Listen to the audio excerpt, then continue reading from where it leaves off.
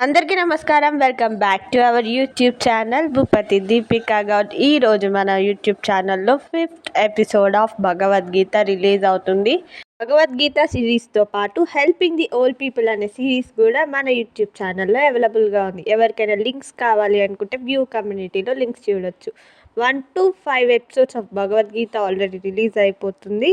And ఇప్పుడు మీరు episode number 5 చూస్తున్నారు. Karma Sannyasa Yoga, the yoga of selflessness action. Get start to the video. త్యాగమా కర్మన? అర్జునుడి ప్రశ్న. ఓ కృష్ణ, మీరు త్యాగాన్ని అలాగనే కర్మయోగాన్ని పొగుడుతున్నారు. వీటిలో ఏది శ్రేష్టం? కృష్ణుడు చిరునవ్వుతో సమాధానమిచ్చాడు. ఇవన్నీ మోక్షానికి దారితీస్తాయి, కానీ కర్మయోగం సాధనకు సులభమైన శ్రేష్టమైన కర్మ నుండి పారిపోవడం కాదు, ఫలితాన్ని విడిచిపెట్టి చేయడమే నిజమైన త్యాగం అని శ్రీకృష్ణుడు అర్జునుడి ప్రశ్నకు సమాధానం ఇచ్చాడు. ఎవరు నిజమైన సన్యాసి? కృష్ణుడు చెప్తాడు, త్యాగం అని భావించబడేవాడు అసలు పనులు విడిచిపెట్టినవాడు కాదు. అసలు త్యాగం అనేది కర్మ చేయకపోవడం కంటే ఫలిత ఆశలు లేకుండా కర్మ చేయడమే ఉత్తమం. అలాంటి యోగి లోకంలో ఉంటూ కూడా బంధీయుడు వాడు కాదు. అసలు సన్యాసి అంటే పనులు వదిలేసేవాడు కాదు, ఫలితం ఆశ పెట్టుకునేవాడు నిజమైన సన్యాసి అని శ్రీకృష్ణుడు చెప్తాడు అర్జునుడికి. యోగి ఎవరు? శ్రీకృష్ణుడు ఆత్మని తెలుసుకునేవాడు, ఇంద్రియాలు నియంత్రించుకునేవాడు, సర్వ ప్రాణులతో ఆత్మను సమంగా చూసేవాడు. అటువంటి యోగి పనుల మధ్యలో కూడా కలుషితుడవడు. ఆత్మ ఆనందాన్ని అనుభవిస్తూ అతడు లోకాన్ని సేవ చేస్తూ విముక్తి వైపు నడుస్తాడు. కర్మలు అతన్ని స్మరించవు. కమల పుష్పంబు నీటిని తాకినట్టే అని శ్రీకృష్ణుడు చెప్పాడు. నిత్య జ్ఞానము కలిగినవ శూన్యంలోనూ భావంలోనూ ప్రతి జీవిలోనూ ఆత్మను చూసేవాడు. పండితుల్లోనూ పశువులోనూ కూడా అదే పరమాత్మను గ్రహించేవాడు. ఇది సమదర్శనం.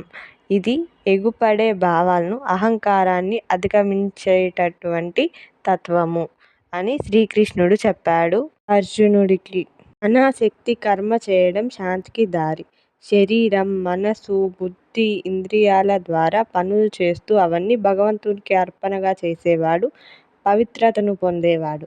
ఇతరులు త్యాగభావంతో చేయకపోతే ఫలితాల పట్ల ఆశ పెంచుకొని బంధించబడతారు.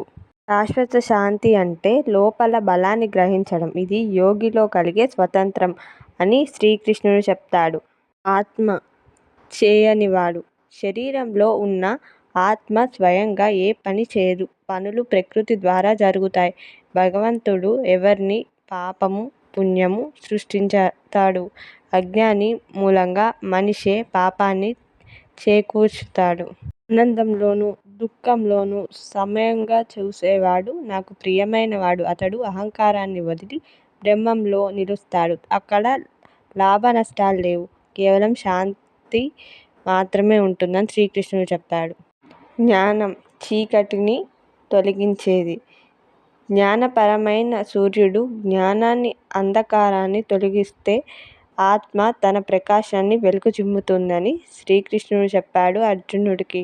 సమదృష్టి అందరిలోనూ దేవుడిని చూడడం. శ్రీకృష్ణుడు బ్రాహ్మణుడిలోనూ గోమాతలోనూ ఏనుగులోనూ ఒకే ఆత్మను చూసేవాడు. అతడు నిజమైన పండితుడు. అతడు సమదృష్టితో ఉండేవాడు.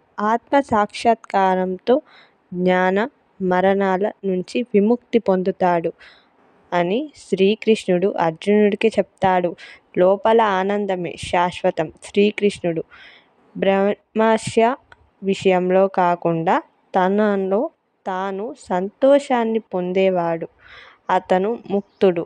అతడు ఆనందంలో లోపల ఉంటుంది. అతనికి సుఖ దుఃఖం రెండింటిలోనూ సమంగా చూస్తాడు అని శ్రీకృష్ణుడు అర్జునుడికి చెప్తాడు. కర్మ సన్యాస యోగం ద్వారా చెప్తున్నాడు శ్రీకృష్ణుడు. ఇంద్రియ సుఖాలు తాత్కాలికం. ఇంద్రియ భాగాల వల్ల కలిగే సుఖాలు తాత్కాలికమైన వాటిని మొదలు ఉంటే ముగింపు ఉంటుంది. వాటిలోనూ దుఃఖానికి బీజం ఉంటుంది. కాబట్టి బుద్ధివంతుడు వాటిని వదిలిపెడతాడు అని శ్రీకృష్ణుడు చెప్తున్నాడు. ధనం ద్వారా చూపించే అట్లాంటి ఆశ నుంచి విముక్తుడవుతాడని శ్రీకృష్ణుడు చెప్పారు. కోపాన్ని కామాన్ని నిగ్రహించేవాడు ముక్తుడు. ఈ శరీరం విడిచేలోపు కోపాన్ని, కామాన్ని నియంత్రించుకునేవాడు ఆత్మలో నిలిచి వాడు వాడవుతాడు. అతడే సత్యమైన యోగి అని శ్రీకృష్ణుడు నిజమైన యోగి గురించి చెప్పాడు. జ్ఞానంలో బ్రహ్మని పొందేవాడు. శ్రీకృష్ణుడు ఇంద్రియాల్లో తాళం వేసి శ్వాసను నియంత్రించి మనసును శాంతపరిచి కామాన్ని, కోపాన్ని లేని స్థితుల్లో అతడు శాశ్వత ముక్తుడై పొందుతాడు. ఈ శ్రీకృష్ణుడు యోగి గురించి అర్జునుడికి చెప్తాడు. అలా అర్జునుడికి చెప్తూ ఉన్న శ్రీకృష్ణుడు కోపాన్ని, కామాన్ని నియంత్రించుకునేవాడు శాంతిని పొందించే శ్లోకం.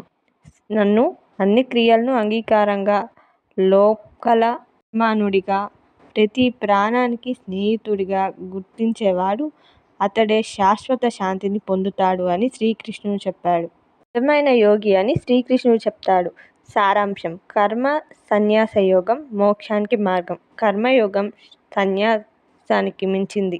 కర్మను చూస్తూనే ఆసక్తిగా ఉండేవాడు ముక్తుడవుతాడు. లోపల ఆనందాన్ని పొందేవాడు మోక్షానికి అర్హుడు. కోరికలు, కోపాలను నిగ్రహించేవాడు దేవుడిలో లీనమైపోతాడు.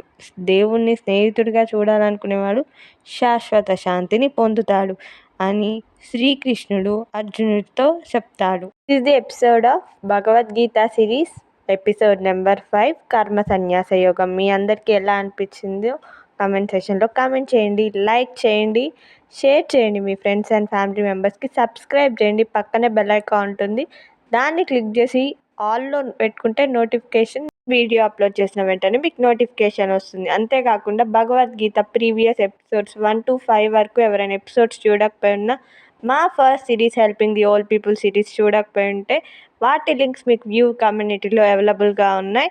Thank you so much for watching these video. Keep share our video with your family and friends and keep supporting me. And until the next video, signing off. Don't forget to subscribe Bhupati Deepika Gaud YouTube channel.